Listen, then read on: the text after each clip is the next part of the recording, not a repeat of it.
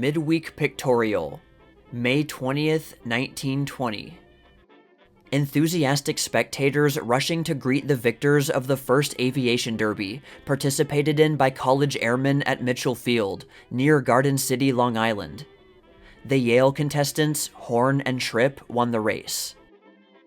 Crew of the winning Yale airplane, photographed after their victorious flight. At left is J.T. Tripp, observer, and G.W. Horn, the pilot, is at right. The distance was 25 miles, and was covered by the victors in 16 minutes. It was a close contest, as Liersch of Pennsylvania was only 10 seconds behind. An event not on the program at the Intercollegiate flying meet was the feat of Sergeant Clarence Combs, who carried 3 passengers to a height of 16,500 feet in an hour, which is said to be a record for that number. Testing a parachute at the Intercollegiate Aviation meet. Before the races were held, the crew of each plane tried out their parachutes, to be assured that they would prove dependable in case of accident. One of the parachutes is here shown being tested on the ground, with the wind trying its strength to the utmost. Airplane view of the great open-air stadium at San Diego, California. This enormous amphitheater is one of the largest in the world, and will seat 50,000 people. The Prince of Wales spoke there during his recent visit to this country, and President Wilson, by the aid of the Magnavox, addressed a vast audience. Captured German plane landing in a river. The incident occurred recently at McCook Field, Dayton, Ohio.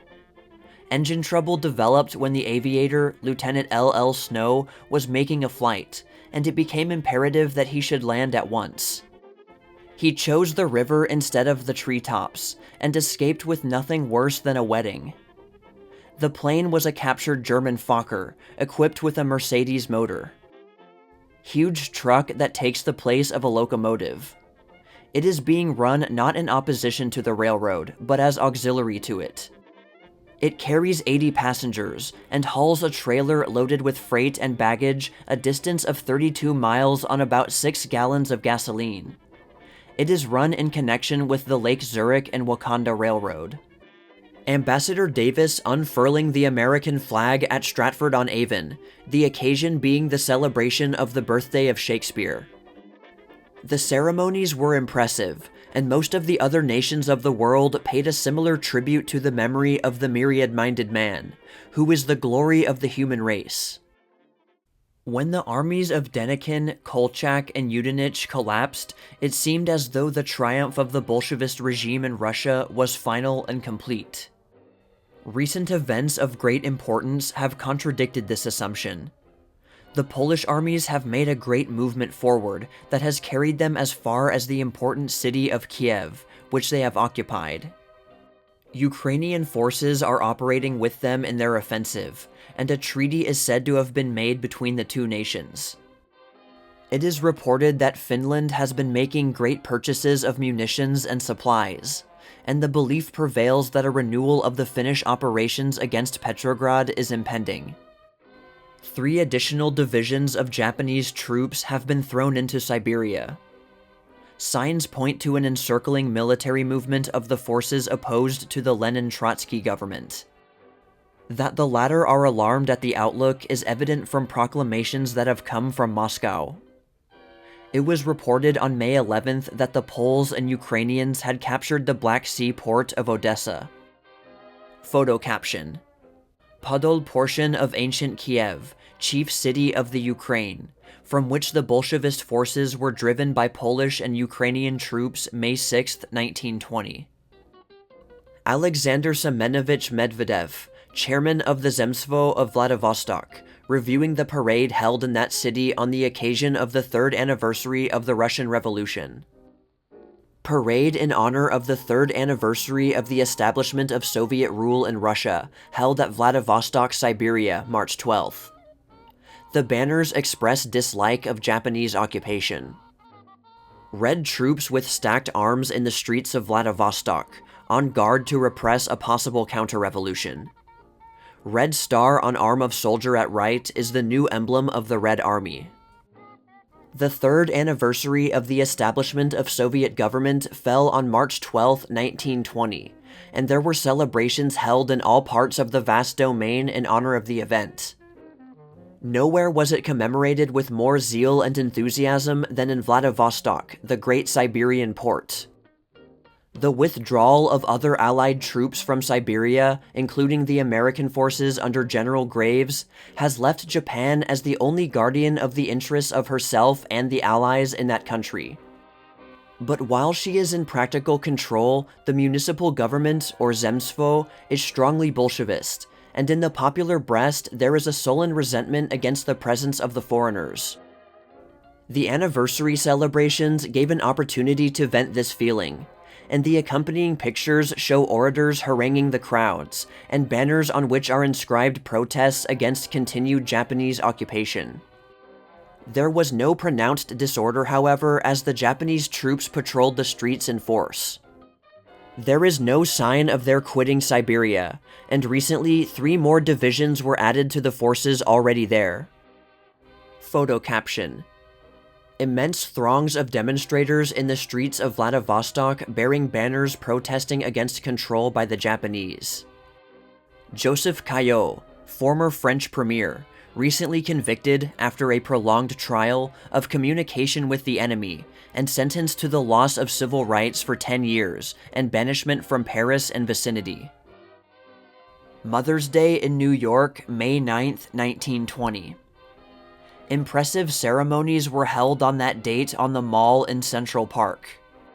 Mothers of Marines who had laid down their lives in the war set trees to commemorate the sacrifices of other mothers. Several of the Gold Star mothers are here shown engaged in their labor of love. The trees will be carefully tended and will serve to keep green the memories of devoted American patriots. Fanny Hurst, the well-known writer of short stories, and her husband, Jacques Danielson, principals in an unconventional marriage that has attracted recent attention. They have been married secretly for 5 years, but live apart, meeting occasionally. Members of the Court of the Queen of the May at Sweetbriar College, Sweetbriar, Virginia. Crowning the Queen of the May, Miss Elizabeth Vincent at Bryn Mawr College, Bryn Mawr, Pennsylvania. A large number of spectators, most of them relatives of the girls and alumni of the college, were present, and the occasion was one of much picturesqueness and charm. On the beautiful grounds of the campus, a maypole had been erected, garlanded with ribbons and flowers, and here the queen was crowned with all the ceremony befitting her state. All the punctilios proper to the occasion were observed. There were maids of honor, ladies-in-waiting, flower girls, etc. The dancing was especially graceful and attractive. National Convention of the Socialist Party of America, which opened in New York City May 8, 1920. 400 delegates were in attendance. It was expected that Eugene Debs, now in jail at Atlanta, Georgia, would be nominated for the presidency. Troubled Mexico is again in the throes of revolution, which so far, however, has been an almost bloodless one. The trouble began with the secession of the state of Sonora, whose example was promptly followed by neighboring states, until the movement became countrywide. The inciting cause was the allegation that in the forthcoming elections, which were scheduled to take place in June, Carranza was planning to manipulate the voting to serve his own ends. The leaders in the rebellion are Generals Obregón and González, whose popularity with the soldiers is so great that a majority of the troops seem to have gone over to them as soon as the signal was given. Mexico City, the capital, has been occupied by the rebels, and Carranza was reported May 12th to be in flight toward Veracruz, accompanied by a small body of adherents. The United States has dispatched destroyers and warships to Mexico to protect American interests should need arise. It is reported that La Huerta has been made provisional president by agreement between González and Obregón. Photo caption: an unusual photograph of Mexican troops, specially well equipped. It seems that the World War has had its effect on the accoutrement of the soldiers. Helmets have taken the place of sombreros. Mexican refugees who are fleeing northward before the advance of the revolutionary forces, hoping to enter this country. General Pershing left and President Lefebvre of Panama on the balcony of the presidential palace in Panama. The American commander has recently been making a careful study of the fortifications of the Panama Canal zone. The screen almost perfected about the observation vessel. A favorable sea and suitable wind helped greatly in making the screen effective. 4 destroyers are seen in line laying down the dense volumes of smoke that cling closely to the surface of the water.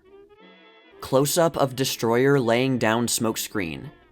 As in the clash of armies on land, maneuvering for favored positions is very often the deciding factor in naval conflicts.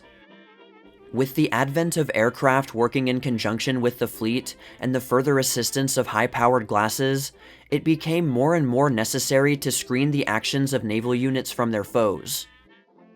Splendid view of the impenetrable wall of dense black smoke as seen from the gun deck of a United States warship during the recent maneuvers in the Pacific off the coast of Hawaii. The smokescreen lifting after having accomplished its purpose.